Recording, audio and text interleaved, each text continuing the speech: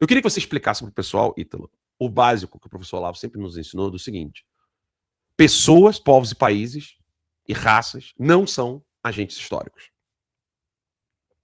O que é um agente, né? Você está ali no verbo, andou, caiu, pescou, caminhou. Você tem um sujeito daquela ação. E aqui, quando a gente fala sujeito histórico, um agente histórico, nós estamos falando de um sujeito que está agindo naquele momento e que tem um impacto histórico. E o professor Olavo falava: não existe a possibilidade de existir um agente histórico que seja raça, país, nação, cor, religião, etc. Não existe. Porque a ação ela tem que ser continuada. E aí você falou, aí sim é uma ação imperialista, que não é a ação do país, Estados Unidos, não é uma ação dos cidadãos americanos. E aí eu queria que você explicasse isso em detalhes. Eu acho que você é o melhor para Eu explicar isso. vou, eu, eu vou explicar isso. São duas explicações que isso demanda, né? Primeiramente, a explicação por que que raça, por que que país, por que que classe social, por que que sexo, por que que nada disso é agente histórico. Porque no limite, todas essas coisas são conceitos abstratos. Eles não possuem unidade interna que permita uma ação. Uma ação histórica só é possível, como você bem disse, né? Primeiramente de indivíduos e, num sentido um pouco mais amplo, de instituições. Então, por exemplo, a Igreja Católica tem ação histórica. A Igreja Católica, as igrejas, de maneira geral, né? Elas têm ação histórica. Por quê? Porque elas são capacitadas a agir de um determinado modo, pré-determinado, pré-determinado, é, de um modo que supere a vida do indivíduo. Um partido político também pode ter agência histórica.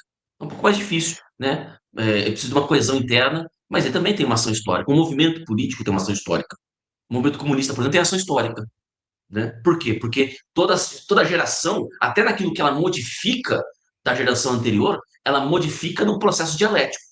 Ela não simplesmente faz na cabeça dela. Ela vem, faz uma triagem do que foi feito na geração anterior, e fala assim: olha, isso aqui a gente vai mudar, isso aqui a gente vai adaptar, isso aqui vai continuar, isso aqui a gente vai resgatar, inclusive.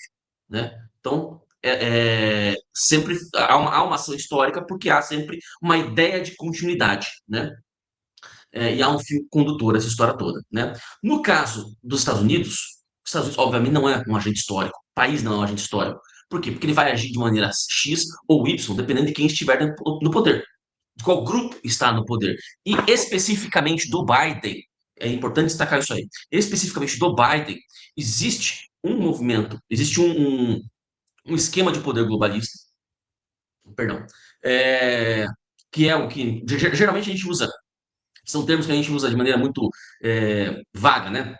Quando a gente fala globalismo, pode significar tanto os três poderes, cada um dos três poderes, como um específico, que é o esquema ocidental. Que muitos vão chamar de metacapitalista, de consórcio, de corporativismo, enfim, tem várias terminologias, mas é um esquema ocidental de grupos metacapitalistas, ou seja, de grandes capitalistas que querem acabar com o mercado, porque o mercado passou a ser um risco para eles, né? E esse pessoal, lá pelas tantas, lá para a década de 50, 60 principalmente, antes já tava consolidada, mas isso como plano específico, né, passou a ser consolidado a partir dessa época, determinaram o seguinte: nós vamos usar os Estados Unidos, e é a melhor coisa possível usar os Estados Unidos. Por quê? Não só nós vamos ocultar a nossa ação como sendo uma ação nacional americana, como inclusive os marxistas, eles já têm uma teoria que serve justamente para isso, para dizer por que, que os Estados Unidos eles são imperialistas, na teoria deles. Obviamente a teoria está errada, né? A teoria está errada. Mas os marxistas eles já têm, então juntou a fome com a vontade de comer. De um lado você tinha os marxistas que já tinham uma teoria que, entre aspas, explica por que, que nações capitalistas vão acabar virando imperialistas. E aí os globalistas falam assim: bom, se já tem essa galera que já está predisposta a acreditar nisso, vamos dar razão para eles. Vamos passar a usar os Estados Unidos para agir de maneira imperialista. Só que agir de maneira imperialista, muitas vezes, contrário ao interesse do próprio Estados Unidos, enquanto população, enquanto nação. Né? E aí você vê, por exemplo, a quantidade de. Volto a dizer, a USAID, por exemplo, ela era uma ação imperialista, mas veja bem, não era uma ação imperialista dos Estados Unidos, da população americana, do país, da nação americana. Era uma ação imperialista de um grupo globalista que usava de um organismo americano para financiar a censura no mundo com o objetivo de fazer com que a censura voltasse aos Estados Unidos. Quando eu falo, né, você, você tem o esquema globalista, que ele é supranacional, ele é naturalmente supranacional. Tá? Porque você está falando de grandes capitalistas, você está falando aí de pessoas como Rockefeller, Rothschild, essa galera aí não tem nação, né? Essa galera aí fez a fortuna deles de maneira transnacional, né? Só que o que aconteceu? Esse pessoal percebeu que dava para usar os Estados Unidos para as suas agendas. E é justamente o que eles fizeram muitas vezes, em vários momentos. Eles se infiltraram nos Estados Unidos, né, no governo americano, financiaram campanhas, financiaram uma série de políticos, né, para utilizar o aparato americano para as suas finalidades. Essas finalidades, muitas vezes eram contrárias ao próprio interesse americano.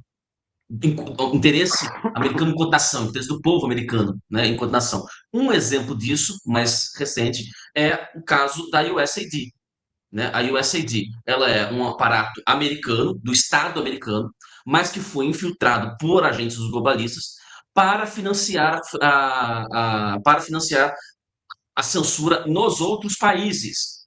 Por quê? Qual que era o objetivo deles? Eles queriam que a censura dos outros países acabasse migrando de maneira orgânica para os Estados Unidos, sem precisar passar lei, sem precisar passar não sei o quê, porque lá é muito forte essa coisa da primeira emenda. Lá isso é muito forte, nos Estados Unidos é muito forte essa coisa. Ô, Ítalo, Então, é o famoso, mas o mundo inteiro já mudou. exatamente, É isso né? que o pessoal Não, não entende, né? às vezes nem isso, Alan. Às vezes é simplesmente uma questão técnica. É muito difícil você manter padrões diferentes. Quando você tem uma plataforma que é multinacional, como é o caso do Facebook, por exemplo, é muito difícil você manter padrões muito diferentes entre Brasil, Estados Unidos, Europa, etc. Entendeu? Então você tem uma tendência, até A por uma questão estrutura interna de que você está falando, né? eficiência, Da própria a plataforma. estrutura da própria plataforma. Então é muito difícil você manter. Então há uma tendência de uniformização. Se você cria leis que obrigam a plataforma, por exemplo, a enrijecer no Brasil, cria outras leis que obrigam a plataforma a enrijecer na Europa, a enrijecer na América Latina como um todo, etc., é muito difícil que essas leis, que esse enrijecimento também não acabe entrando nos Estados Unidos, não como lei, mas como Norma, regras de portaria, comunidade, como norma de comunidade da própria rede social, termo de serviço, como né? prática da. É, como próprio. Aqui eles chamam de TOS, que é o Terms of Service. Isso, exatamente. É Política de muito não sei o que difícil lá no Brasil. isso acabar não acontecendo, entendeu? Então, a ideia deles era essa. Só que, de novo, isso é um caso em que você tem os Estados Unidos, acho que esse é o ponto central aqui, os Estados Unidos sendo utilizado pelos globalistas para fomentar algo que, no final das contas, era contrário ao interesse da população americana.